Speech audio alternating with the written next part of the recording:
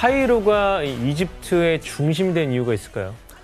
카이로는 기원 후 10세기 이후부터 이제 번영하기 시작했고요. 그래서 1000년 동안 이집트 대표적인 수도로 남아 있습니다. 근데 이렇게 이제 카이로가 번성하게 된 이유 중에 하나가 바로 이제 세계 4대 문명의 발상지 중 하나, 그걸 이제 일궈냈던 나일강 덕분이라고 할 수 있습니다. 나일강 문명. 그래서 세계 4대 문명이라는 것은 인류 역사상 탄생한 인류의 이제 문명 4개를 의미를 하는데요. 예. 그래서 이집트의 전체 면적을 보면은 한반도 면적의 4.5배에 달합니다. 그래서 굉장히 광활한 영토를 가지고 있는데 문제는 국토의 95%가 사막이다. 사막이에요. 예. 그래서 이제 사람이 살 수 있는 땅은 고작 5%밖에 안 됩니다. 그게 저 나일강 주변이에요? 네, 그렇습니다. 자, 근데 이상하지 않으세요? 당시 지구상에는 강이 존재하는 비옥한 땅이 많았을 텐데 척박한 사막 지역이 대부분인 이곳에서 4대 문명이 어떻게 발생할 수 있었던 걸까요? 여기서 미니 퀴즈를 제가 한번 내보도록 하겠습니다. 나 퀴즈 불안한데. 나일강에서 고대 이집트 문명이 번성할 수 있었던 결정적 이유는 무엇이었을까요? 진짜 또 맞춰야 되나요? 네, 맞추셔야 돼요. 그래서 퀴즈입니다. 자신감. 재미있는 오답 좀 먼저 해봐주세요. 네가 뭔데요? 네? 네가 뭔데요? 저 모범생이에요. 아, 그래요? 예. 그랬어요? 알아요? 아예 알죠. 아. 정답. 예, 규현 씨. 왜냐면 고대 이집트 농경 사회로 진입을 했습니다. 그래서 농사를 짓고 살아야 하는데 가장 필요한 거는 물입니다. 물을 대야 농사를 지을 수 있기 때문이죠. 어떻습니까? 네, 거의 근접하셨습니다. 정답. 네, 정답은 아닙니다. 진짜 뻔한 답을 하네요. 혜성 씨. 규현 씨 얘기대로 물이 필요한데 그렇죠. 범람을 하기 때문에 무슨 소리예요? 가능한 거 아닐까요? 주기적으로 계속 홍수가 나고 예, 혜성 씨. 범람을 해서. 정답입니다. 오. 아예 다른 답이었는데요? 저랑 되게 비슷한데요? 아예 다른 답은 아니고요. 그러니까 농사를 짓고 사는 건 맞았는데 예.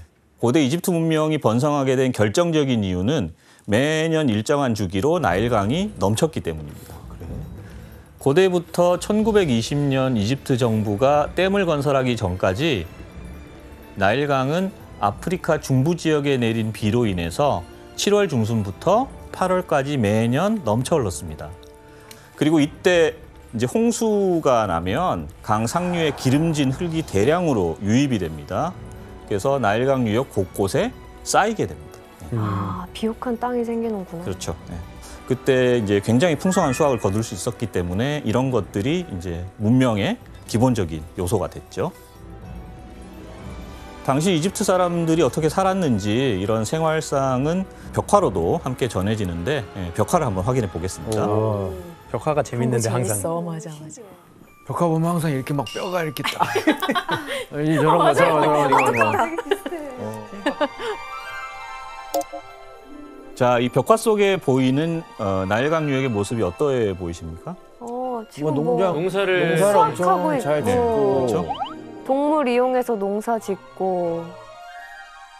밀도 있고 열매도 예. 있고 예, 그렇죠. 열매도 과일도 주렁주렁 있고. 열려 있고. 먹을 거 많네.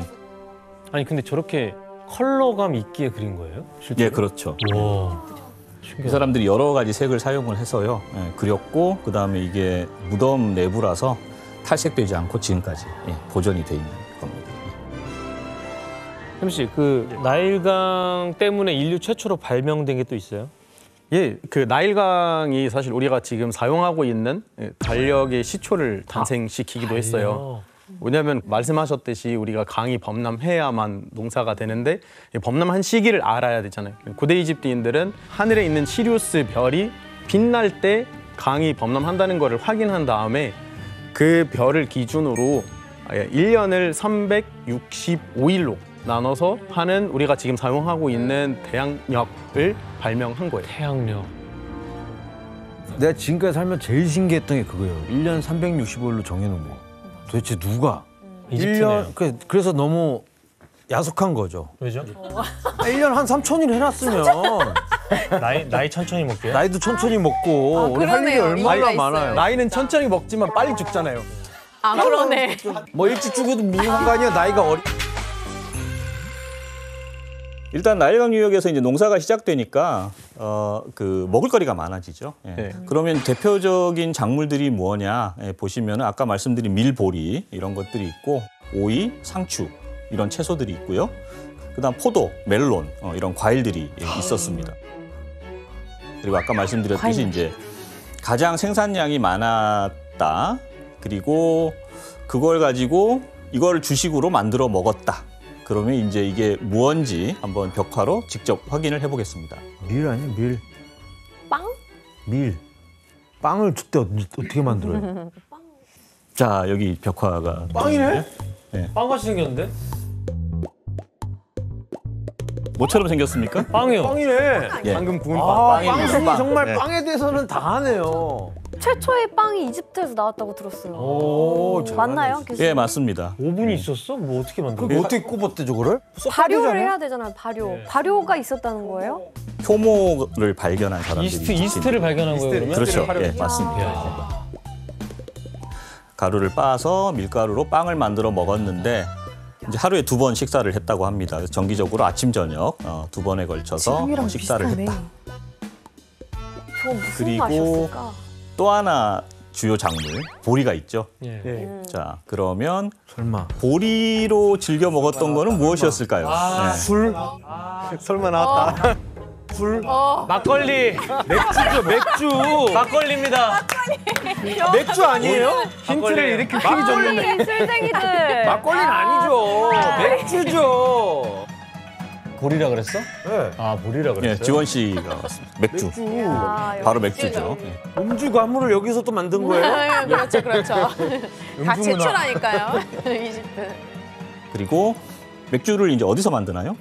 옛날에는 양조장? 양조장이라고 부르는 데서 이제 맥주를 만들었죠. 그래서 이제 맥주를 만드는 것이 남녀가 같이 했는데 여성들이 많이 했어요. 예, 그래서 이제 여성들이 맥주 만드는 일을 하고 일종의 그 맥주 만들기를 예술로 생각을 했습니다.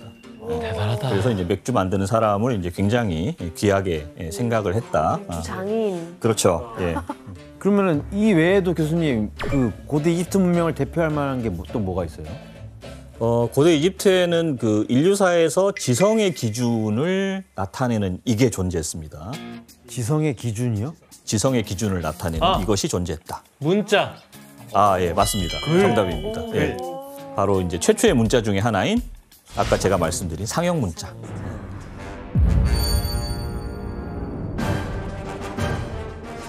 고대 이집트인들이 한 800글자 정도를 조합해서 문자 생활을 했고요. 그 다음에 이제 벽화에 무언가를 그리거나 새겨 넣을 때도 문자를 함께 그리거나 새겨 넣었습니다. 그래서 이제 고대 이집트 초창기의 한 귀족의 무덤에서 발견된 벽화 상형 문자를 여러분들하고 같이 보도록 하겠습니다. 아 귀족 무덤이요? 여기 보시면은 이 사람이 경찰이고요. 그래서 손에 들고 있는 게 저게 이제 자기의 경찰 신분을 맨맨이에요, 나타내는 맨맨. 막대기. 그리고 여기 양쪽에 이제 개코 원숭이 2마리가 원숭이. 보이실 텐데 저 개코 원숭이들이 오늘날로 치면 경찰견들. 오. 그래서 경찰도 세계 최초로 이집트인들이 운영했다. 이렇게 이제 볼 수가 있습니다. 그리고 재미있는 게요. 이렇게 아까 말씀드렸듯이 형상을 새기면 위에 상형 문자로 무언가를 써놓는데 이게 만화의 한 장면이라고 생각을 하시고 여기 말풍선이 이렇게 있다. 그 말풍선을 한번 채워보세요. 도둑이 하는 말이에요.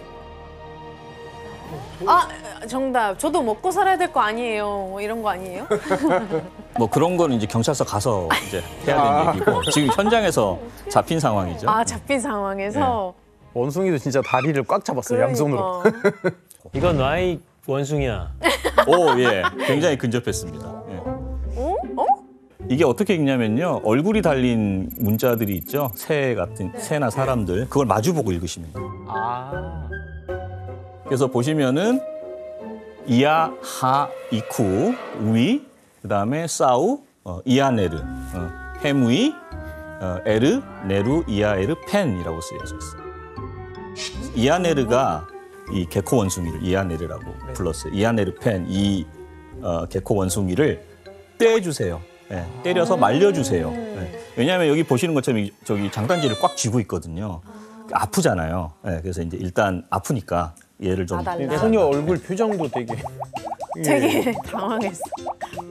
기록이 남아 있으니까 우리가 이제 이런 내용을 짐작해 볼 수 있는 거네요. 그렇습니다. 예. 거슬러 가면은 지금으로부터 한 5천 년 전부터 문자 생활을 했고요.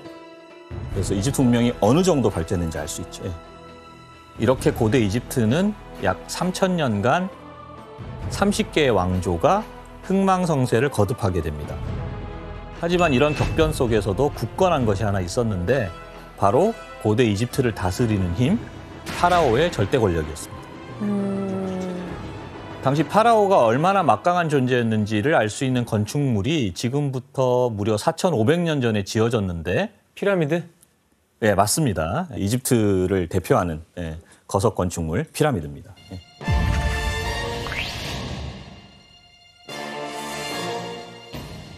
교수님, 사실 이게 기계도 없고 뭐 이런 장비도 없는 그 고대에 어떻게 피라미드를 만들었는지 정말 궁금했는데 오늘 그 비밀 파헤쳐 주시나요? 네, 그렇습니다. 그래서 이제 수천 년간 풀리지 않았던 역대급 미스터리라고 할 수 있겠죠. 자, 피라미드를 지금 영상으로 한번 만나볼까요? 네, 좋습니다. 와, 기대된다. 저 진짜 외계인이 만들어 놓은 것 저 같아. 죽기 전에 진짜 보러 가야 돼.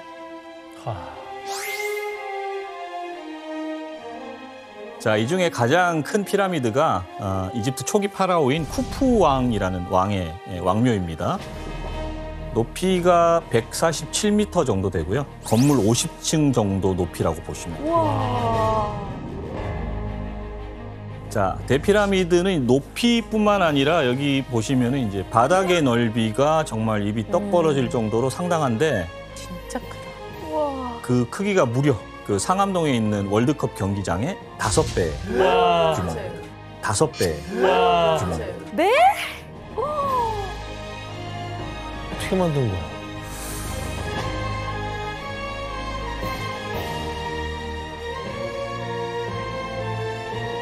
저 겉에가 원래 황금으로 다 뒤덮여 있지 않았어요? 게임에서만 그런가? 좀. 나 다 뜯어간 줄 알았어. 그런 것 같아요. 그리고 이제 실제로 봤을 때 돌 하나가 제 키 정도 하거든요. 근데 그거를 이렇게 쌓으면서 꼭대기까지 완벽한 균형미를 가지고 있어가지고 진짜 놀라워요. 저도 봤을 때. 저도 보러 갔는데 대피라미드 쪽에 가보면요, 그 바로 저 스핑크스가 정말 압도적이에요. 맞아. 이렇게 누워 있는 건데 이 발 높이가 제 키보다 높아서 앞에 서 있으면 사람 기 죽어요. 네, 맞습니다. 대피라미드는 이제 평균 그 돌의 무게가 2.5톤에서 7톤까지 나갑니다. 하나가요? 예, 저 돌 한 블럭이 하나가. 예. 7톤이면. 이걸 어떻게 날르냐고. 그래서 이런 다양한 크기의 돌을 210단까지 쌓아서 만들었는데 이때 총 동원된 돌의 개수가 230만 개에 달하고 있습니다. 바로 여기에 우리가 풀어야 할 피라미드의 첫 번째 미스테리가 있어요. 고대 이집트인들은 톤 단위에 달하는 230만 개의 돌을 대체 어떻게 옮긴 걸까요? 그러니까. 일단 이집트는 돌이 풍부한 곳이었어요. 그래서 돌의 왕국이라고 부를 정도로 돌이 많았는데 그 돌들 중에서 비교적 무른 돌, 석회암이 유달리 많았습니다. 그래서 이집트인들은 이 돌을 부수고 반듯하게 가공하는 게 좀 수월했고요, 이집트인들한테. 그래서 이런 작업이 모두 채석장에서 이루어졌는데요. 그럼 당시 그 채석장이 어디에 위치했는지 잠깐 보도록 하겠습니다. 지도를 보시죠. 나일강 쪽에 많이 있네요. 그렇죠. 채석장들이 이렇게 강을 따라서 산지에 있는 걸 보실 수가 있습니다. 근데 나일강이 범람을 하면 대기하고 있던 돌을 배에 실어서 이 범람한 강을 따라서 이렇게 배들이 올라가게 돼 있고요. 이 배들이 이제 건설 현장인 기자 근처에 가면 여기에 이제 수로가 파 있습니다. 그래서 그 파인 수로까지 배가 가서 접안을 하고요. 그러면은 매우 짧은 거리를 사람들이 육로를 통해서 이제 건축 자재를 옮기는 이런 방식으로 석재가 운반됐습니다. 교수님 그러면 그 다음에 공사장까지는 어떻게 옮겼나요? 그때는 이제 근육의 힘을 이용했습니다. 그래서 근육? 예, 사람의 힘. 그래서 보통 15명이 한 조를 이루어서 5개 조, 그래서 75명 정도가 함께 움직였습니다. 그렇게 썰매를 제작을 해서 돌을 올린 다음에 그다음에 트랙을 만들어서 이 썰매를 움직였고요. 와. 어떻게 보면 기차의 시초네. 레일을 깐 거 아니에요 지금? 네, 그러네요. 맞아요. 자, 근데 여기서 이제 피라미드 건축이 또 한 번 미궁에 빠지게 되는데요.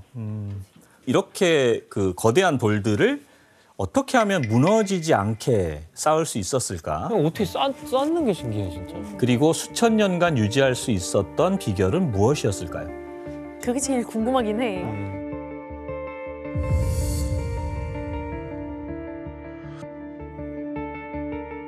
피라미드를 건설할 때 가장 큰 관건은 바로 밑면을 정확하게 정사각형으로 만드는 일이었습니다. 만약 밑면이 직각을 이루는 정사각형이 되지 않는다면 피라미드 가장 위에 있는 꼭지점이 중심에 놓이지 못해서 결국에는 무너지게 되거든요. 이집트인들은 다행히도 정확하게 직각을 그릴 수 있었습니다. 그 도구를 사용했는데요. 어떻게? 그 도구가 밧줄을 사용했어요. 뭐지?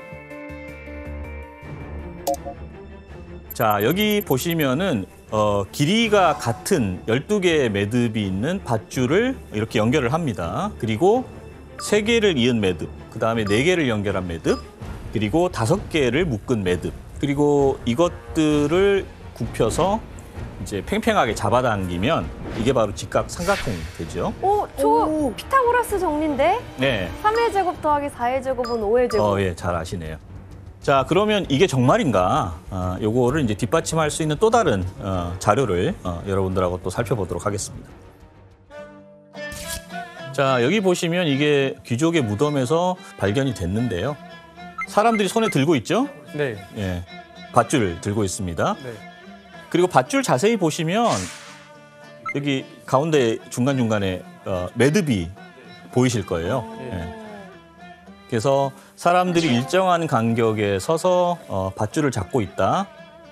이거는 이제 고대 이집트인들이 밧줄을 이용해서 토지의 그 면적을 측량을 했다. 피라미드 역시 이런 그 수학적 계산을 통해서 완성되었다고 추정할 수 있는 거죠. 진짜 이게 과학적이고 수학적인 거였구나. 그러면 이제 뭐 밧줄로 이제 밑바닥 정사각형을 만든 다음엔 뭐 어떤 방법으로 이게 쌓아 나가기 시작한 거예요? 그러니까 돌을 어떻게 쌓았을까? 이게 이제 크레인이 있는 것도 아니고. 그렇죠. 예. 그래서 오랫동안 그 학계에서 논란이 많았습니다. 그래서 여러 가지 학설들이 제시가 됐는데 현재는 그 하나의 방법이 학계에서 가장 널리 받아들여지고 있는데 그게 어떤 방법인지는 이제 영상으로 또 확인을 해보시겠습니다. 도르래 아닐까?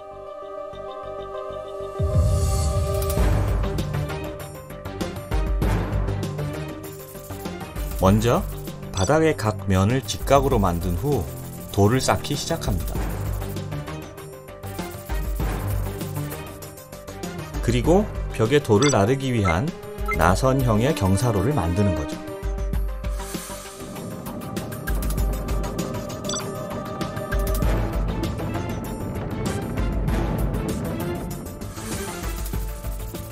이 같은 방법을 반복하여 경사로와 피라미드를 함께 제작한 겁니다. 경사로를 만들었구나. 피라미드가 완성되면 이 경사로를 치워버렸다라고 지금 추정을 하고 있어요. 진짜?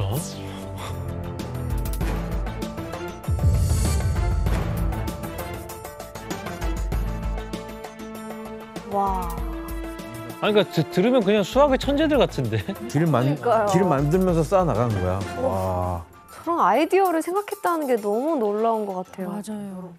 그리고 이제 이렇게 돌을 쌓아 올려서 정삼각형 모양을 만들다가 맨 꼭지점에 돌을 올려놓습니다. 피라미디언이라는 돌을 올려놓는데 피라미드 중앙에 이 그 꼭지점에 해당하는 돌을 어떻게 올려놓았을까 정확하게 그건 아직까지 미스테리로 남아 있습니다.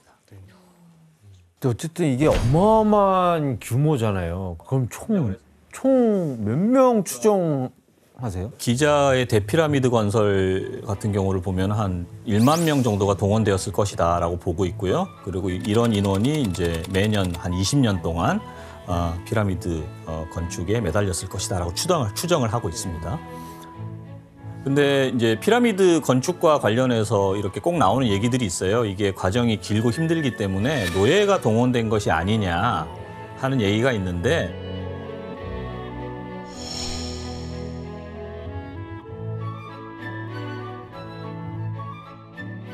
그건 사실이 아닙니다. 그래서 피라미드 건설에 투입된 사람들은 대부분 이집트 농민 그리고 이제 건축 노동자들이었습니다. 그리고 이 사람들은 일하는 시간이 정해져 있었어요. 하루에 8시간씩. 그다음에 8일간 일을 하고 이틀을 쉬었는데 8일간 일을 하고 이틀 쉬면서 이 쉬는 기간에도 임금을 받았습니다. 와. 이거 영화 같은 데서 보면은 노동력을 착취당하면서 건설한 건 줄 알고 있었는데 생각보다 복지가 나쁘지 않았네요. 네, 그렇죠. 자, 그러면 여기서 이제 궁금한 게 많으시니까 저도 이제 문제 하나 낼게요. 저 엄청 많아요 지금. 고대 피라미드 건설 노동자들은 파라오로부터 2가지 특식을 받았어요. 자양강장에 도움이 된다고 알려진 이것은 무엇일까요? 야, 설마. 자, 우리나라에도 있고요. 여러분들도 잘 드시는 거예요. 어? 한국에 있고 고대 이집트에도 있었다. 제가 종류를 가르쳐 드릴게요. 아, 네. 채소입니다. 정답! 예, 혜성 씨. 자양강장 하면 이거죠. 깜짝이야. 아스파라거스. 혜성 씨 오답. 정력에 좋다고 하던데? 정답. 정력에 좋다고. 정답. 그러면 세미 씨부터. 상추와 오이. 예, 세미 씨 오답입니다. 정답 배추. 예, 야스민 씨. 야스민 씨 오답. 예. 정답. 네, 일단 규현 씨. 부추죠. 예. 규현 씨 오답입니다. 예, 혜성 씨. 이거요, 이거. 이거 아시죠? 뭔데요? 마늘 즙 하는 거. 마늘. 예, 혜성 씨 하나 맞췄습니다. 양호가! 정답입니다. 예, 2개 다 맞췄습니다. 뭐 맞췄어요? 아니 너무 보편적이어가지고 몰랐네. 특별할 줄 알았어요. 뭐 특별하지도 않은데. 네, 맞아요. 고대 이집트인들은 마늘과 양파가 기력에 도움이 된다고 생각을 했습니다. 그래서 이 특식을 노동자들이 얼마나 좋아했냐면 양파가 공급되지 않는 날에는 일을 거부할 정도로 항의를 했다. 이런 이야기도 전해져 내려오고 있습니다. 되게 한국식이네요. 양파 달라. 보통 마늘 양파는 우리나라가 많이 먹는다고 그러지 않나? 네. 오. 야스민 씨, 근데 피라미드를 만든 게 평범한 사람이 아니었다라는 얘기 있던데요. 맞아요. 피라미드 돌 하나 무게를 봤을 때 2톤 정도 넘잖아요. 네. 그래서 그게 안 믿겨서 그런지 다른 사람들이 이렇게 돌 운반했던 게 거인 쪽이 아니냐라는 얘기도 그럴 수 있어요. 예, 그래가지고 어떤 그 거인 손가락이 발견됐다고 하는 거예요. 38cm였어요. 이거 사람의 손가락이라고? 말다리 아니에요? 그래서 이렇게 그러니까 다리네, 다리. 난 깜짝 놀란 게 지금 밑에 보니까 저게 화폐네요. 맞아요. 근데 이제 사진으로 보시면은 발견됐을 때 많이 구부려져 있는 상황이었고 곰팡이 껴 있는 상태였는데 지금 이 손가락이 사람 손가락이다. 그 문서까지 내가 봤다라고 주장을 하고 있었던 거예요. 그렇게 생각하는 사람 굉장히 많아, 솔직히. 이 일반인들. 그러니까 너무 신기하니까요, 피라미드가. 그렇죠. 그렇죠. 세미 씨, 그러니까 피라미드가 너무 신기하니까 사람들도 굉장히 이 관광을 가고 싶어 했을 것 같은데 과거에도 그랬나요? 그렇죠. 왜냐하면 이집트가 뭐 19세기에 프랑스 식민지였다가 영국 식민지였던 그런 역사를 가지고 있었기 때문에 이제 이집트 피라미드가 유명한 핫한 관광지가 됐던 거예요. 근데 그때 피라미드를 등반해서 경치를 이렇게 감상하거나 아 등산처럼. 예. 아니면은 이제 위에서 진짜. 차를 마시면서 시간을 즐기거나 야, 저 거의 뭐 수영장인데요. 그렇죠. 더워서 선탠하는 거죠. 선탠. 네, 맞아요. 맞아요. 진짜. 보시면은 내부에서 이렇게 술 파티를 벌이다가 낮잠 자기도 합니다. 딱 보면 이제 그때 당시에 유럽인들의 옷차림을 보실 수 있죠. 아니 근데 교수님, 피라미드에 대해서 우리가 풀어야 할 미스테리가 많은 것 같은데 원초적으로 피라미드를 왜 만든 거예요? 예, 아주 좋은 질문이십니다. 예. 고대 이집트인들은 4, 5세계가 있다고 생각을 했어요. 그래서 사람이 죽으면 죽은 후에도 4, 5세계에서 영원히 살아간다고 생각을 했고요. 그래서 죽어도 살아갈 수 있는 공간이 이제 필요하다고 생각을 했는데 이제 그런 생각 때문에 피라미드와 같은 거대한 무덤을 만든 겁니다. 그러니까 이제 피라미드는 왕의 무덤인 동시에 4, 5세기의 왕이 사는 왕궁의 역할도 함께 했다는 걸 알 수가 있습니다. 그리고 이때 이제 피라미드와 함께 고대 이집트인들이 종교적 믿음에 의해서 꼭 필요하다고 믿었던 것이 하나 더 있었습니다. 뭘까요? 바로 미라입니다. 미라.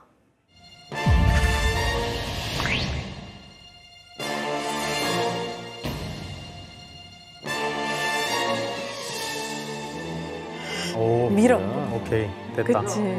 자, 이게 현존하는 가장 오래된 미라입니다. 지금으로부터 한 5,300년경에 자연 건조된 미라입니다. 그래서 자연 건조된 미라를 보고 죽은 자가 부활할 수 있겠다, 이런 믿음을 가지게 된 거죠. 그래서 인간의 영혼이 4, 5세기에서 영생을 얻고 난 다음에 다시 돌아온다고 생각을 했는데 그때 돌아왔을 때 육체가 없으면은 이게 부활하기가 어렵겠죠. 그래서 만든 게 바로 미라였다. 영원한 삶을 추구한 거네요. 그렇죠. 그러니까 영화에 교수님 보통 보면은 미라 이렇게 붕대로 찡찡 감아놓잖아요. 예. 특별한 이유가 있는 거죠.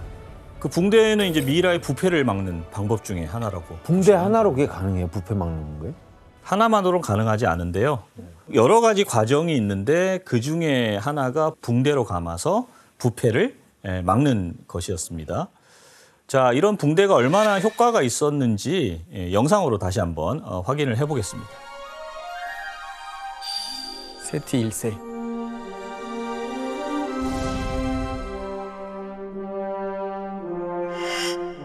와. 저게 남아있다고요? 되게 리얼하다. 멀쩡한데? 말이 안 돼. 와. 진짜로. 도대체 뭘 바른 거야? 눈 뜰 것 같아. 말할 것 같아. 지금. 저기요?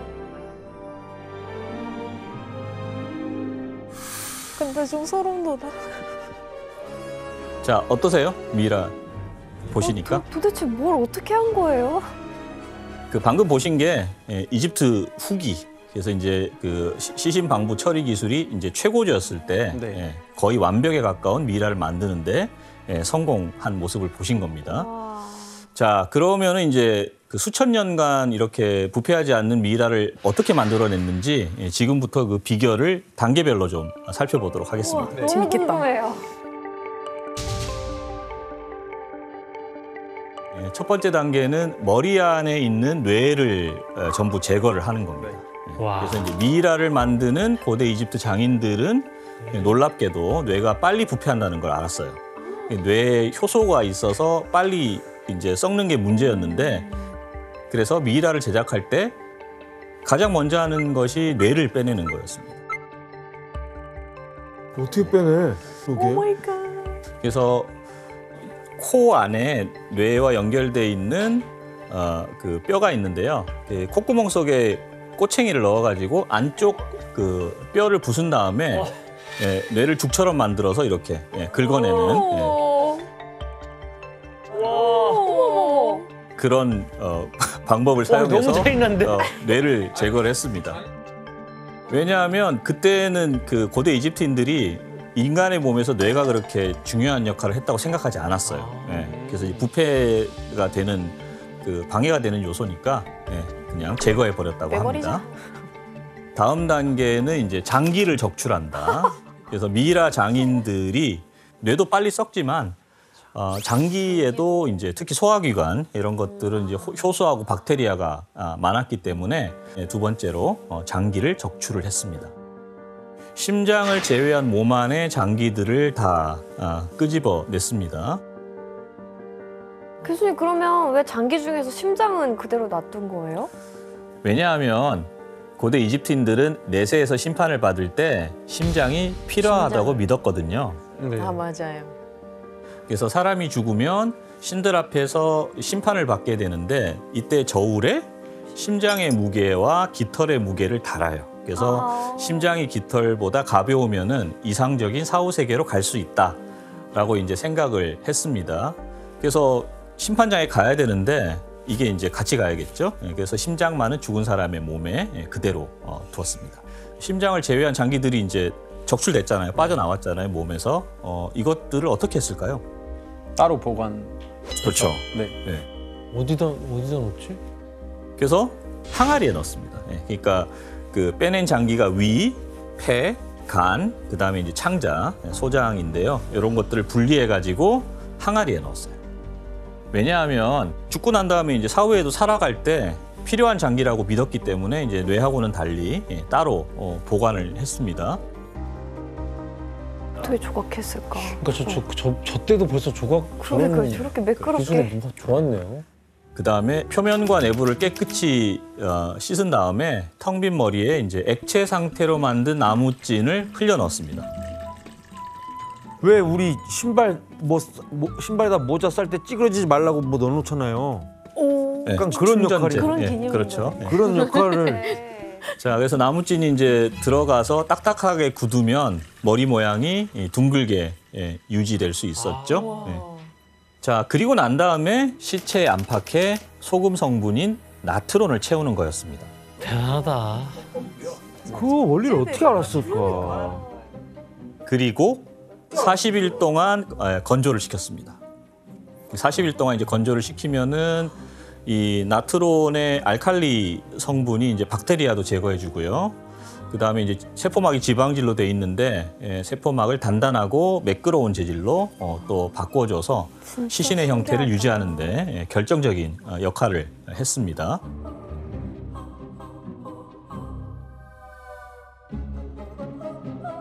몸에다가 향나무 기름이 함유된 밀랍 용액, 이걸로 이제 시신을 마사지해 줍니다.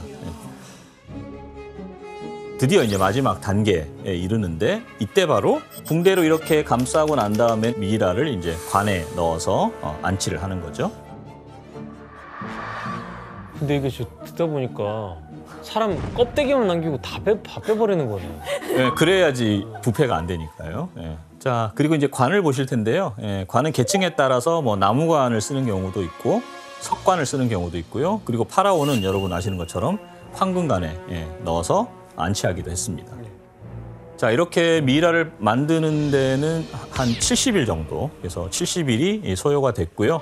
육체하고 영혼이 다시 만나서 영원한 삶을 이어갈 수 있다. 이 믿음 하나로 고도의 작업을 통해서 완벽하게 보존된 미이라를 고대 이집트인들이 제작을 하게 된 거죠. 자, 세민 씨, 예. 이집트 미라 중에 좀 특이한 미라도 있어요? 예, 황금 혀를 가진 미라가 있거든요.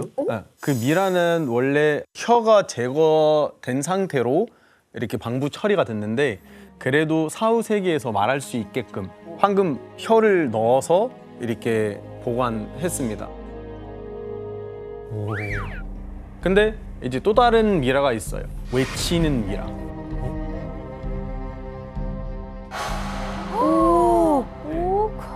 그 미라는 한 왕자의 미라인데 왕을 암살하려는 음모를 꾸며서 사형된 거예요.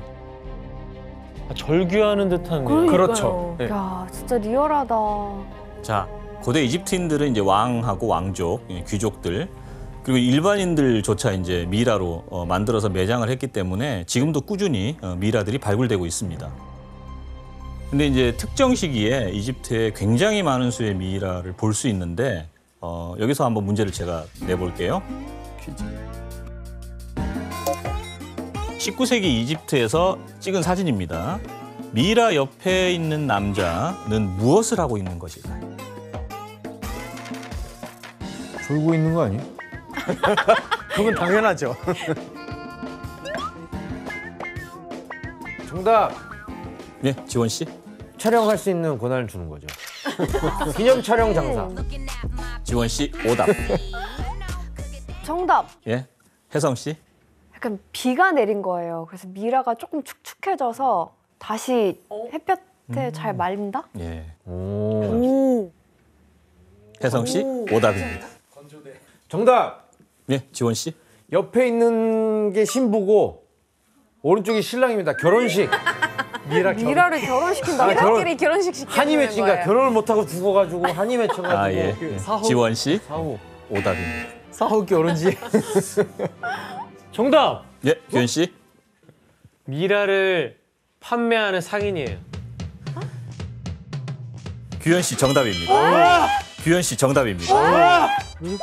판매를 하고 있다고요? 아니, 어떻게 알았지? 왜냐하면 당시 이집트로 여행이 굉장히 자유로웠습니다. 그래서 이집트로 여행을 온 서양인들 사이에는 미이라나 아니면 미이라가 들어있던 관을 기념품으로 구매를 해서 귀국하는 게 일종의 유행이었습니다. 근데 이들에게 이제 인기가 있었던 것 중에 하나가 미이라를 갈아서 만든 무미야라는 거였어요. 갈아서 먹어요? 네. 에이? 어머. 여기 보시는 것처럼 무미야라고 써 있죠. 모미아는 이제 이집트 말로 아, 미라라는 미라라는 그렇죠. 뜻이고. 예. 미이라를 감싼 붕대가 희귀한 허브하고 향유 그리고 이제 살균 효과가 있는 모략 이런 것들이 묻어 있었는데 이 천에 상당한 약효가 있다 이런 소문이 유럽에서 퍼지기 시작을 했고요. 그래서 일부 사람들이 이제 천을 감았던 미이라도 약에 쓸 수 있다고 생각을 하면서 근데 이게 만병통치약으로 알려졌죠. 참, 진짜. 그래서 미이라를 둘러싼 이런 여러 가지 소문으로 인해서 노점상에서까지 미이라를 판매하게 된 겁니다. 그 야스민 씨 또 과거에 유럽인들이 미라를 이용해서 뭐 만든 게 또 있답니까? 아, 네. 그 약으로도 썼었는데 또 약 말고도 그림 그리는 물감으로도 만들었었거든요. 그 미라 피부를 갈면은 갈색이 나오잖아요. 그래서 그거를 이제 머미 브라운이라고 불러가지고 지금 이렇게 보시면은 그 브라운 톤 느껴지잖아요. 네. 그 머미 브라운으로 뭐 그림자나 뭐 갈색, 우와. 명암 이런 식으로 이렇게 많이 사용됐다고 하더라고요. 아, 실제로 미라에 그걸로 한 거라고요? 네네네네. 미라 물감. 물감으로 쓰인 건 처음 알았어요. 네, 신기하죠. 와. 그리고 이때 유럽에서 또 굉장한 관심을 끌었던 게 바로 이제 동물 미라입니다. 네. 아,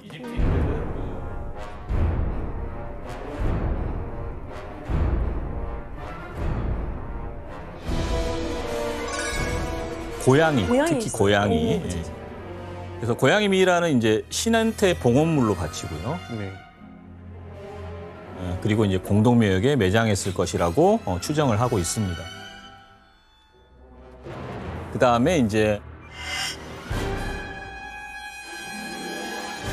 원숭이네. 원숭이? 대박. 왕의 무덤에서 발견된 개코 원숭이 미이라인데 아마도 왕실의 반려동물이 이제 미이라로 보존된 것으로 추정이 되고요. 그리고 오. 예. 악어. 이거는 악어. 악어. 아, 이거 맞다. 악어는 신앙의 대상이었어요. 그래서 신앙의 대상으로 숭배하기 위해서 미이라로 만들었다고 추정을 하고 있습니다. 미이라의 모습들이 굉장히 리얼하죠. 예. 진짜 신기해요. 이처럼 고대 이집트 문명에서 발굴된 문화재는 수천 년 전 인간의 창조물이라고 믿기지 않을 정도로 놀라운 완성도를 보여주고 있습니다. 그리고 1881년 고대 이집트 학계를 발칵 뒤집는 이것이 발굴되면서 엄청난 이슈를 몰고 왔는데요. 바로 이집트사에서 가장 위대한 왕이자 고대 이집트 문명의 황금기를 이끈 파라오의 미이라가 나타난 거죠. 오. 룩소르에서 발견된 미라는 어떤 미라예요? 네, 이집트 룩소르에서 발굴된 미이라는 약 3,000년 전 그 비밀 무덤에 숨겨져 있던 람세스 2세였습니다. 아, 2세. 예.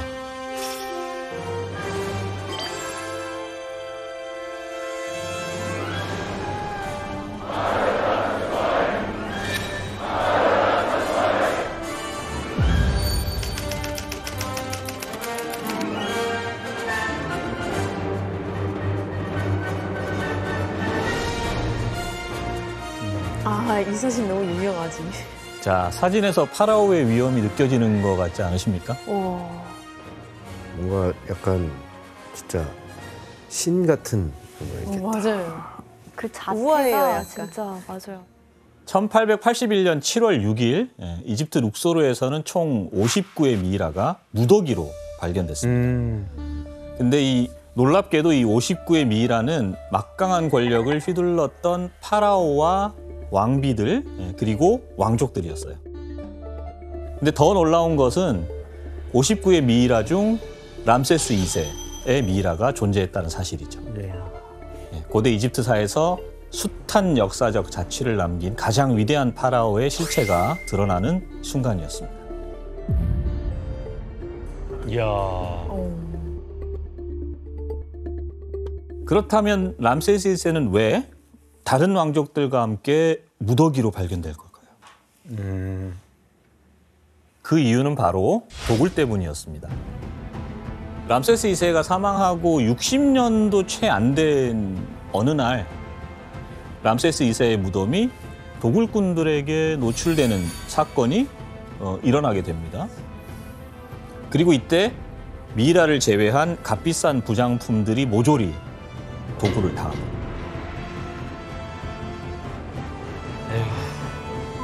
그러니까 왕족의 무덤을 관리하던 신관들이 고심 끝에 파라오 2세의 미이라를 다른 왕과 왕비, 왕족들의 미이라와 함께 비밀 장소에 옮겨서 철저히 숨겨버렸어요. 그래서 엄한 데서 발견된 거구나. 그리고 3,000년 뒤에 람세스 2세의 미이라가 세상 밖으로 나오게 된 겁니다. 이후 고고학자들의 연구로 람세스 2세의 미이라에 대해서 굉장히 흥미로운 사실들이 발견됐습니다.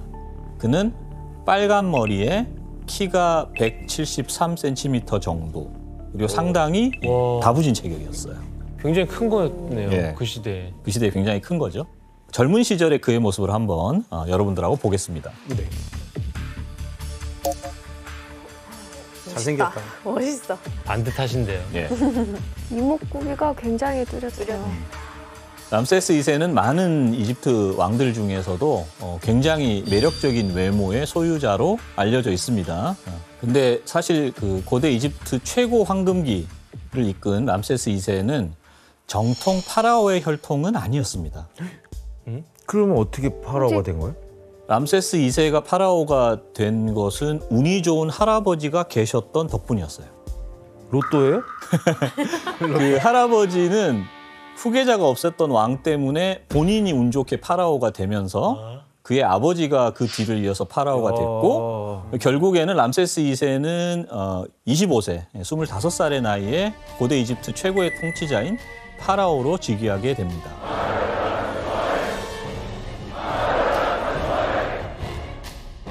그리고 대략 한 66년 동안 이집트를 통치하는데 이건 정말 엄청 오래 굉장한 계셨네요. 네, 경우입니다. 맞아요. 장수하셨네. 예, 당시 고대 이집트인들의 평균 수명이 약 40세 정도였는데 람세스 2세는 무려 91세 정도까지 파라오 자리에 머물러 있었기 때문이죠. 배수민 씨, 람세스 2세에 대해서 좀 정확히 어떻게 알고 있어요?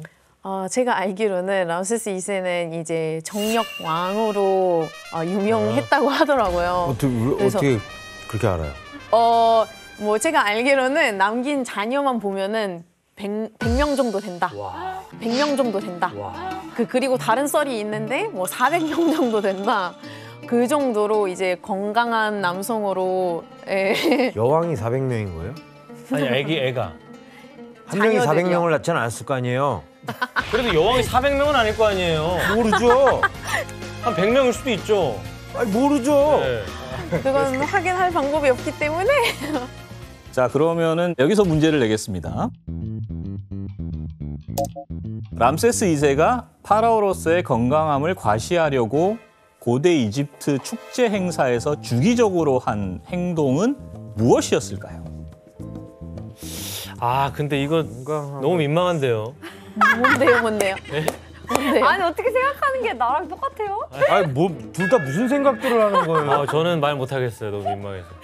저는 한번 외쳐보겠습니다. 예, 세미 씨. 정답. 아이, 뭐 알몸 등장? 세미 씨 오답입니다. 정답. 예, 혜성 씨. 아까 그 규현 씨가 좀 민망해서 말씀 못 하신 것 뭘 같은데 생각하는 조금 거야? 순화해서 얘기를 하자면 그 여왕에게 우리 금슬이 좋다는 걸 보여주기 위해서 약간 공개적으로 조금 애정 행각 같은 거를 한다? 미쳤어요? 제정신이에요? 혜성 씨 오답입니다. 아 일단 아니에요? 그겁니다. 오답이었어. 그거였어요? 생각한 게? 예 그럼요. 힌트 하나만 주시면 안 될까요? 육체적으로 할 수 있는 정답. 지원 씨. 오줌 멀리 싸기? 지원 씨 오답입니다. 스쿼트를 하는 겁니다. 예, 규현 씨 오답입니다. 정답. 예, 세미 씨. 달리기. 예, 세미 씨 정답입니다. 네. 진짜. 달리기였어요. 이 달리기는 파라오가 건강을 계속 유지하는 한 계속됐는데 파라오의 생명력과 통치 능력을 입증하기 위해서 행해졌던 일종의 의례라고 네. 생각하시면 되겠습니다. 교수님 그럼 람세스 2세는 고대 이집트를 어떤 식으로 발전을 시킨 거예요? 람세스 2세가 고대 이집트 문명의 황금기를 만들 수 있었던 이유는 그가 인류 최초의 평화조약을 맺었기 때문입니다. 당시 지도를 한번 같이 보겠습니다. 네. 자, 여기 지도를 보시면은 지금의 튀르키예 지역이죠. 지금의 튀르키예 지역을 점령하고 있었던 히타이트라는 제국이 있었습니다. 그리고 이 히타이트는 이 서아시아의 영토를 차지하고 있었던 철의 제국으로 알려져 있었고요.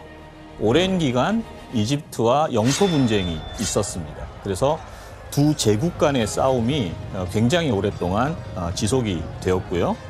그래서 고대 이집트의 선대 왕들이 전쟁의 국가 재정을 쏟아 부으면서 소모전을 계속해서 이어나가던 상황이었어요. 그런데 이제 람세스 2세는 그 변화하는 국제 정세, 이집트 내부의 손실 이런 것들을 계산을 해서 언제까지나 이런 적대적인 관계가 계속될 수는 없다고 판단을 했고요. 그래서 히타이트 측과 평화 조약을 맺게 되었습니다.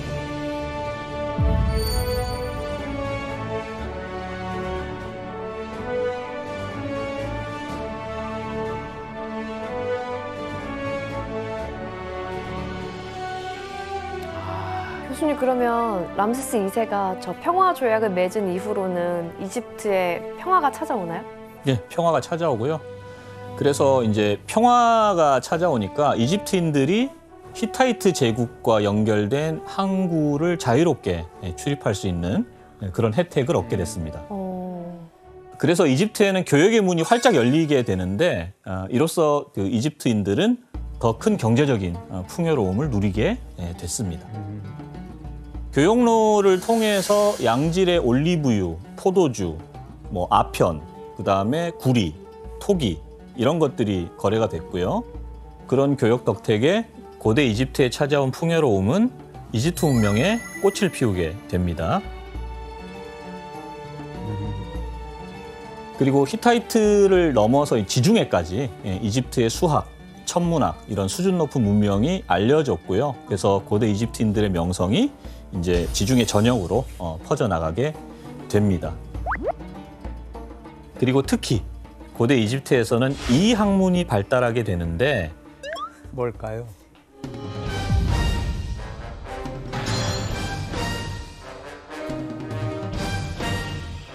그림을 보니까 왼쪽은 환자를 치료하는 안과 의사를 묘사한 벽화의 사본이고요. 오른쪽은 외과 수술에 사용된 것으로 추정된 도구들이 그려져 있습니다. 그림들은 이제 고대 이집트 의사들이 이제 각자의 전문 분야가 있었다. 요거를 이제 보여주는 증거죠. 그래서 고대 이집트의 그 역사 서술가 헤로도토스는 이집트에는 의사들이 넘쳐난다. 그리고 특히 이제 외과, 부인과 같은 전문 분야의 의사들이 존재했다. 이렇게 기록을 하고 있습니다. 그래서 이집트의 여러 학문 중에서 가장 뛰어난 그 학문이 이제 의학 기술이었다. 이렇게 평가하는 사람들도 많고요. 특히 동시대 외국으로부터 높은 평가를 받았던 게 부인과였어요. 산부인과요? 예. 산부인과. 네, 산부인과였습니다. 그래서 람세스 2세하고 평화협정을 맺었던 히타이트의 왕이 자기의 누이의 그 불임을 치유해 줄 수 있는 의사를 보내달라고 요청한 기록이 있는데요. 불임을 치료할 수 있었다고요? 여러 가지 궁금한 게 많으신 것 같은데 여기서 제가 문제를 드리겠습니다. 네. 고대 이집트에서는 밀과 보리에 소변을 누워서 이것을 체크했는데요. 이것은 무엇일까요? 정답. 네, 지원 씨. 거품량. 거품량.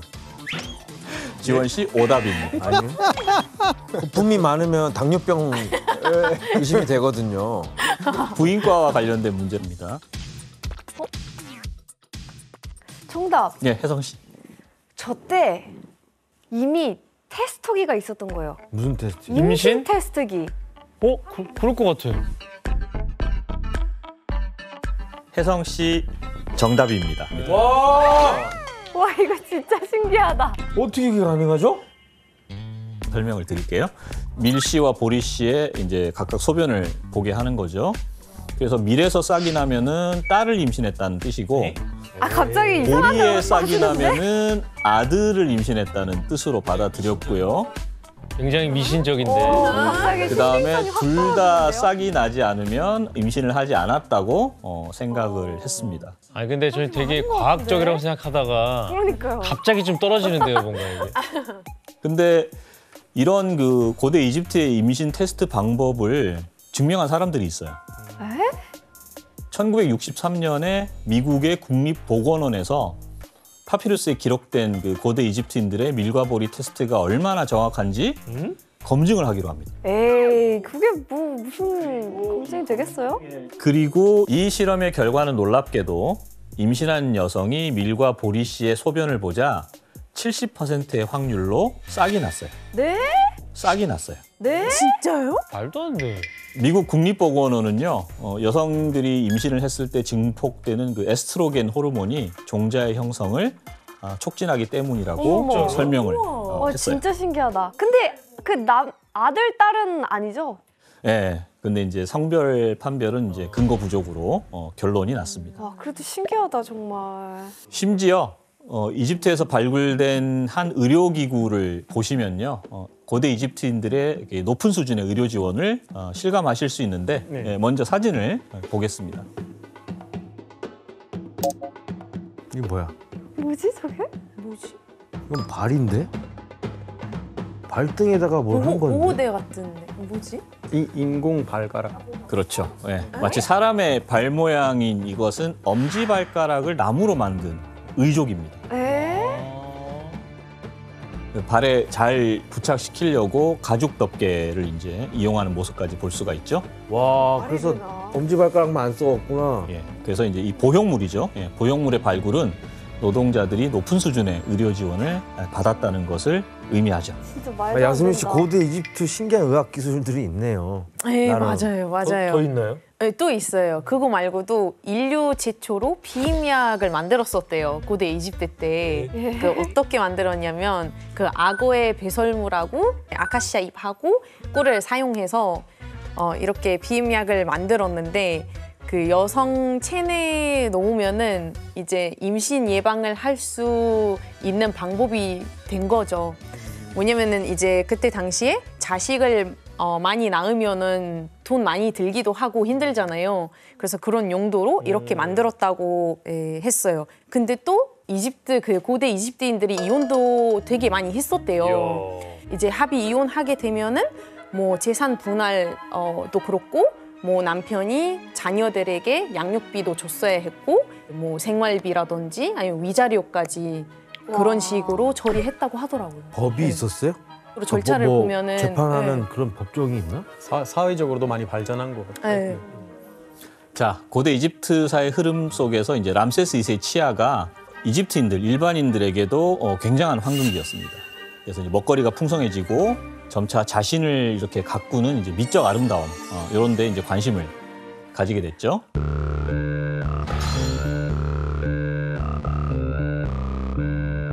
몸을 씻을 때는 소금으로 각질을 제거하고 그다음에 얼굴에 우유하고 꿀이 함유된 마스크팩을 썼어요. 그리고 이제 눈 화장을 할 때는 공작석, 푸른 공작석이 있고요. 그다음 터키석 같은 게 있는데 그걸 빻아서 눈꺼풀에 발랐습니다. 우와. 아이섀도우와 똑같죠? 아이섀도우.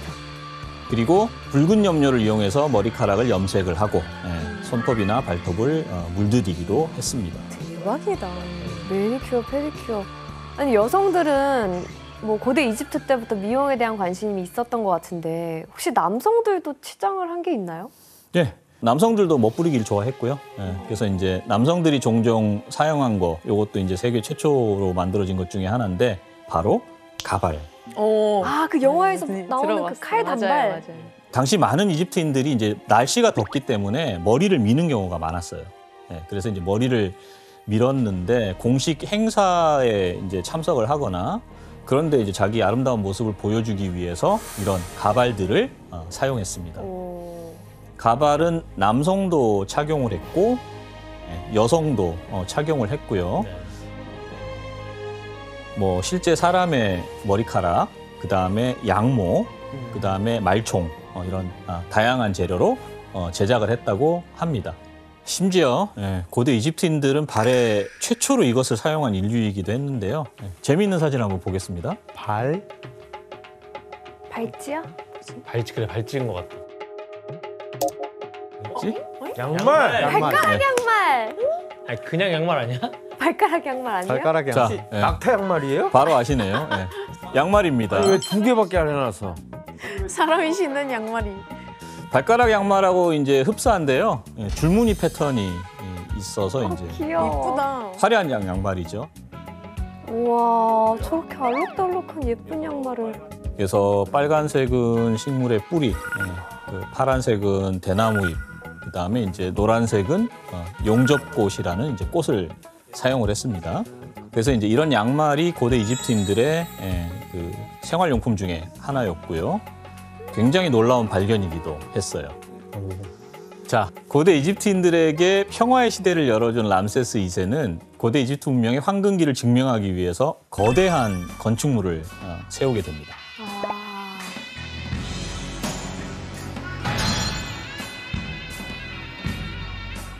그 결과물이 후대 유네스코가 지정한 세계유산이 되는데요. 바로 피라미드 나오나요? 아부신벨입니다. 아부셈벨. 아부신벨이 뭐야?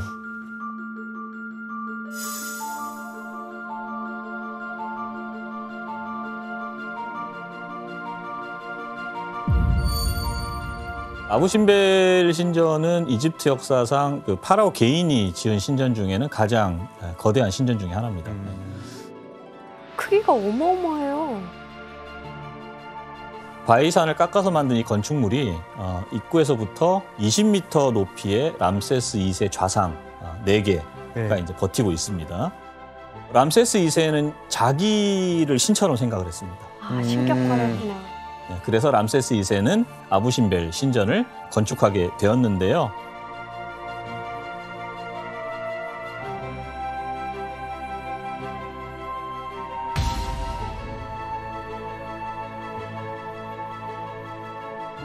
그래서 자신이 위대한 파라오다 그런 의의가 있는 거죠. 다행히 이게 다 유지가 다 돼서 다행이에요. 맞아요. 그런데 아부신벨은 단순하게 크게만 지은 신전이 아닙니다. 바로 피라미드와 함께 고대 이집트의 미스테리로 불리는 건축물이죠. 뭐야 또? 뭐야? 그 아부신벨에서 지성소라고 불리는 방인데요.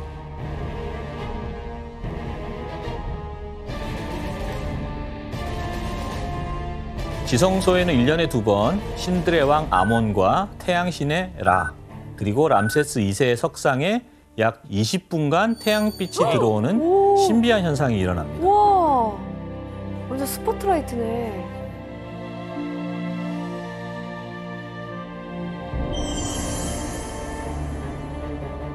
그런데 놀라운 것은 태양빛이 들어오는 그 2번이 람세스 2세의 파라오 즉위일인 2월하고 그의 생일인 10월에 빛이 들어오게 설계되었다고 추정되는 것이죠. 대박.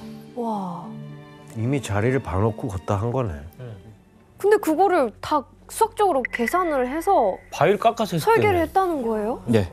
아부신벨이 지어질 때 람세스 2세가 이런 현상을 계산하지 않았을까라고 이제 추정을 하는데 네. 보시면 신들과 동등한 위치에 앉아 있어요. 예. 저거는 내가 곧 신이다. 본격이다, 이런 것을 신이다. 드러내기 위한 그런 장치였습니다.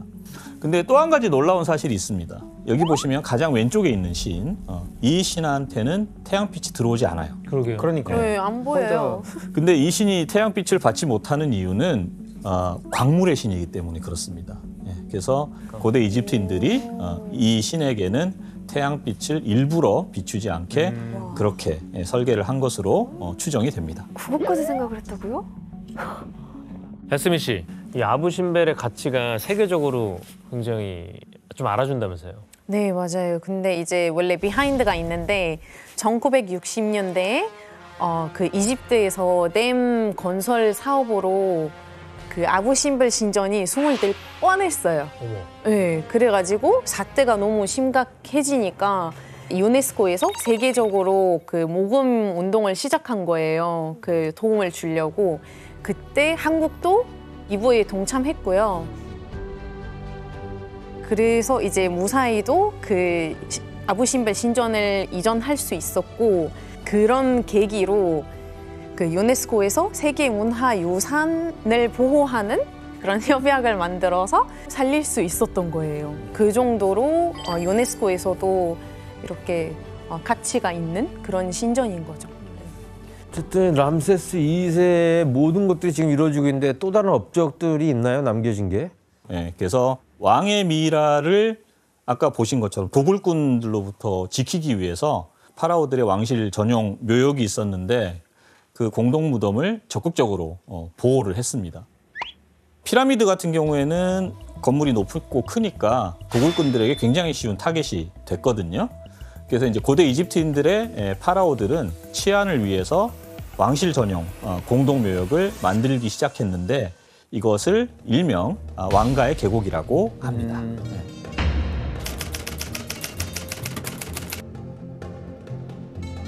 거대한 산 암벽에 굴을 뚫어서 죽은 왕과 왕비 그리고 왕족들이 편히 머물 수 있는 공간을 증축해 나간 건데요. 이때 어떤 파라보다 전폭적으로 왕묘를 만드는 장인들을 지원한 인물이 바로 람세스 2세였습니다. 왕가의 계곡은 규모만큼이나 투입되는 인원도 엄청났을 것으로 추정이 됩니다. 설마 이게 평평한 땅을 이렇게 깎았다는 얘기는 아니죠? 예, 이건 계곡인데요. 저 계곡 아래에 이제 그 분묘들이 있어요. 그래서 그 도시 한편에 이런 무덤을 건설하는 장인들이 모여서 살았습니다. 자, 그렇다면 람세스 2세는 이런 무덤을 만드는 사람들에게 어떤 후원을 했을까요? 국가공무원이었어요. 예, 그래서 무덤을 만드는 그런 예술가들에게 뭐 물을 길어주는 하인, 뭐 개인 시종 이런 사람들을 지원을 했고요. 그 다음에 뭐 곡물, 기름, 생선, 채소, 그 다음에 이제 고기, 왕족이 먹는 고기, 포도주 이런 것까지 특별 배급을 해주었습니다. 진짜 딱 일에만 집중할 수 있게 해준 거네요. 그렇습니다. 예. 그래서 무덤 일에 종사한 예술가들 그리고 노동자들을 이제 굉장히 평등하고 인간적으로 대우를 했다는 걸 우리가 알 수 있죠. 그림을 통해 확인해 볼까요? 이것은 왕의 무덤을 건축하던 노동자들의 근무 일지입니다. 이모탭은 과음으로 휴가를 냈고 네페렙은 친척의 미라를 만드느라 휴가를 냈습니다. 그렇다면 세바는 어떤 이유로 출근을 못했을까요? 이제 문제가 개인사까지 알아야 되네요. 고대 이집트 개인사까지 알아야 되는 거예요, 이제? 세바의 네, 개인. 일반인의 삶을 이렇게 추정해 본다 이렇게 이제 보시면. 출근 못한 이유? 정답. 예. 지원 씨? 낙타를 놓쳤어요. 지원 씨 오답입니다. 뭐 그런 거 아니야? 당시엔 낙타가 없었어요. 정답. 없었어요? 예. 세미 씨? 전갈에 물려서. 전갈에 물려서. 세미 씨 정답입니다. 와 이거 어떻게 맞춰? 대박이다. 오, 예, 정답입니다. 예. 저희는 10시간에서도 못 맞췄을 거예요. 맞아. 아니 근데 이 숙취 때문에 결근을 했다는 거는 그걸 그 봐주나? 노동자들의 그 근무 조건이 생각보다 너무 좋았다는 거네요. 네, 뭐 그렇게 나쁘진 않았죠. 고대 이집트인들이 인간적으로 정당한 대우를 받으면서 예, 자유로운 분위기 속에서 이 사람들이 노동을 했다는 걸 이제 알 수가 있죠. 너무 좋다. 선생님 근데 이게 지금 왕가의 뭐 무덤의 뭐 계곡이라고 하셨는데 예. 사진만으로 봤을 때는 무덤이 뭐 어디 있는지를 모르겠거든요. 아, 여기 보시면 입구가 예, 이런 부분들이 입구예요. 그게 다 있고요. 그럼 저길 다 뚫어서 저 안을 공간을 만들어놨다는 얘기예요? 그렇죠. 어떻게 뚫어? 아니 포크레인도 없을 텐데 뭘로 뚫었지? 뭘로 뚫어? 람세스 2세가 파라오로 즉위한 다음에 자신의 무덤도 이렇게 만들었겠죠. 예, 그래서 이제 무덤 내부의 모습을 한번 보도록 오, 하겠습니다. 좋아요.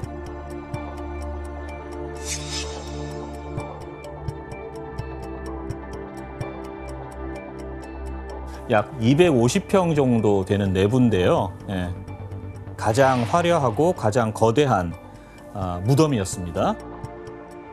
경사로의 벽면에는 여러 신들의 벽화, 그리고 이제 기둥들로 이루어진 다주실에는 신들의 조각상 이런 것들이 있었던 것으로 추정이 되고요. 매장실에 람세스 2세의 미라 그리고 이제 석관이 놓였던 장소입니다. 입구에서 통로를 따라 내려오면 본격적으로 부장품이 있는 방에 들어가기 직전에 깊숙한 공간이 하나 나오죠. 이 공간은 뭘까요? 보통 영화에서 보면 저런 데 다 함정이 있거든요. 트랩이. 부비 트랩 같은 거 엄청 걸려 있거든요. 들어가면 못 나가는. 네. 이곳은 바로 람세스 2세 무덤에서 발견된 함정입니다. 그래서 만약에 도굴꾼들이 깜깜한 통로를 따라서 이제 내려오면은 몸이 아래로 갑자기 푹 빠지는 이런 그 함정 공간을 만든 거죠. 와. 이 공간에 대해서는 뭐 다른 의견들이 많은데요. 그 중에 하나가 가끔씩 이제 폭우 같은 게 내려서 물이 들어오면요, 그 물을 가두고 이제 빼는 그런 공간이었다라고 추정하는 학자들도 있습니다. 하지만 람세스 2세가 사망한 이후에 왕가의 계곡에 있는 파라오들의 무덤은 온전한 무덤을 찾기가 힘들어졌습니다.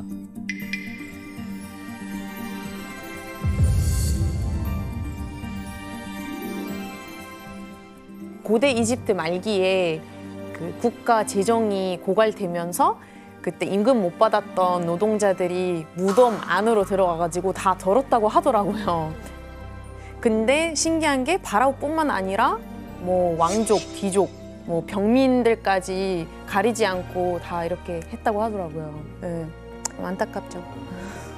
또 어차피 이집트는 1800년부터 이렇게 프랑스와 영국 식민지였기 때문에 이렇게 외국인들이 왔잖아요. 근데 갈 때는 항상 빈손으로 안 가고 뭔가 문화재 하나 둘씩 이렇게 가져가서 결국은 이렇게 나간 게 굉장히 많거든요. 그래서 특히 영국 박물관에 가보면은 진짜 이집트 관 하나 따로 있어요. 그 정도로. 아무리 우리가 이제 박달한 거를 다 돌려달라고 해도 이렇게 박달한 나라들은 돌려줄 의향도 없고, 그러니까 이집트 사람의 입장에서는 씁쓸을 하죠. 당연하지. 왕가의 계곡을 지키기 위한 람세스 2세와 파라오들의 노력이 통했던 걸까요? 1922년에 그 왕가의 계곡에서 거의 온전하게 파라오의 무덤이 하나 발견이 됐어요. 한 3,300년 전에 사망한 고대 이집트의 소년 파라오 투탕카멘의 무덤. 투탕카멘 많이 들어봤는데. 유명하잖아요. 응.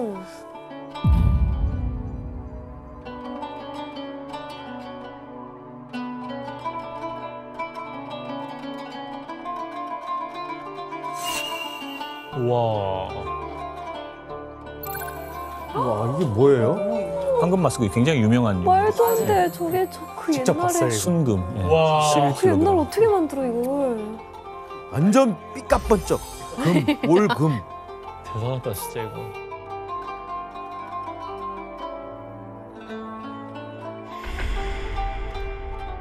와. 의자.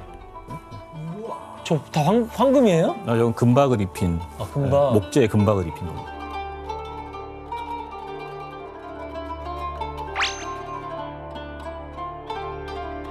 아 저 디테일 봐. 오. 그리고 아까 그 카노푸스 단지 장기를 보관했던 네. 카노푸스 단지도 왕의 건 저렇게 상자에 넣어서 이건 뭐야? 마차. 이거 처음 봤어. 이것도 들어있었어요? 아 도구를 안 당해서 원래 이런 게 있는 거야. 진짜 말이 안 나온다.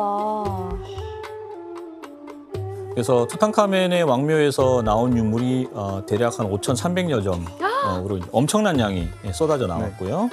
아 이래서 온전한 게 대단한 거구나. 와 이거를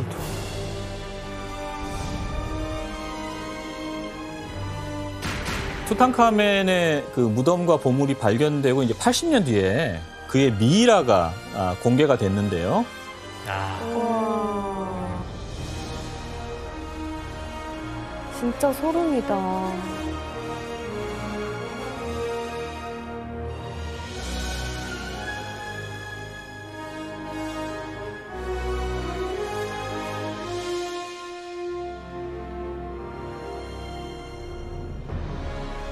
투탕카멘의 미이라가 일반에게 처음 공개됐을 때 전 세계에서 파라오의 모습을 지켜봤습니다.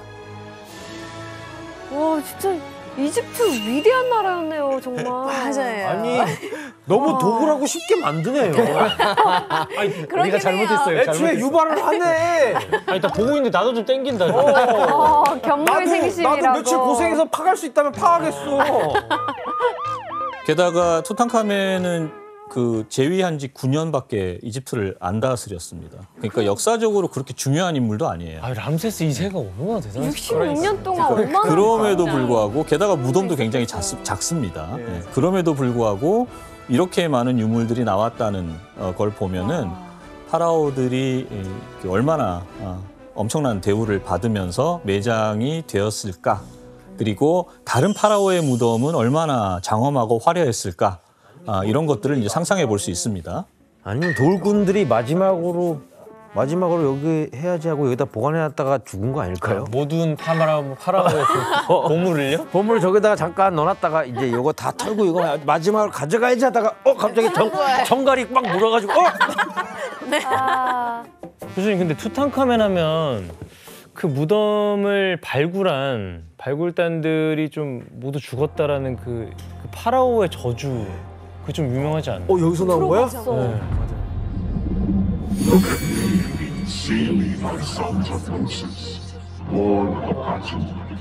파라오의 저주, 요거는 투탕카멘이 등장하면 빠지지 않고 나오는 그런 소재입니다.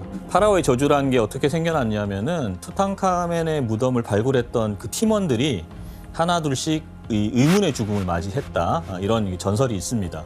그 첫 번째 희생자가 누구였냐면은 허버트 경이라고 발굴팀의 자금을 조달했던 사람이에요. 그가 이제 모기에 물린 곳을 면도를 하다가 그 상처가 덧나서 이게 폐혈증으로까지 발전을 해서 사망을 하게 돼요. 그럴 수가 있나? 그리고 이제 무덤 가이드한 이런 사람들 갑자기 죽게 되죠.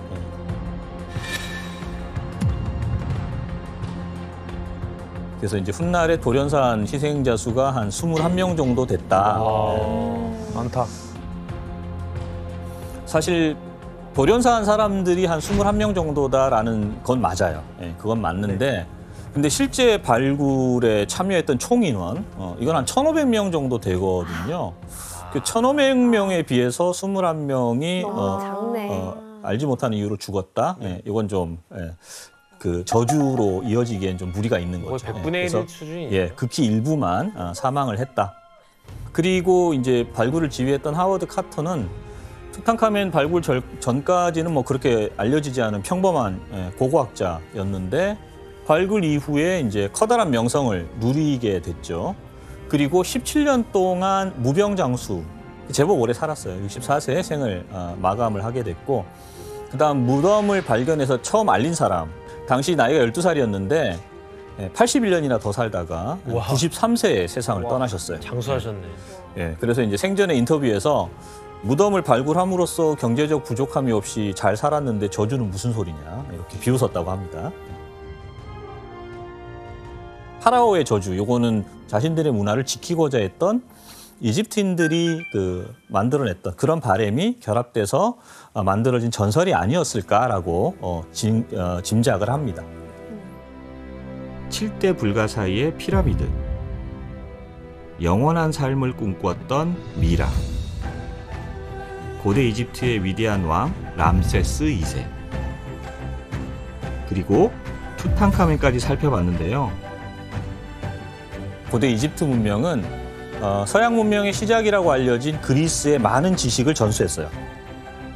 그리고 이제 그 그리스의 지식이 다시 로마로 이어졌습니다. 이집트 남부의 유적 도시 룩소르에서 발굴된 3천여 년 전 고대 무덤이 공개됐습니다. 이 무덤에선 2개의 나무관과 미라 등 다양한 부장품 유물이 나왔습니다.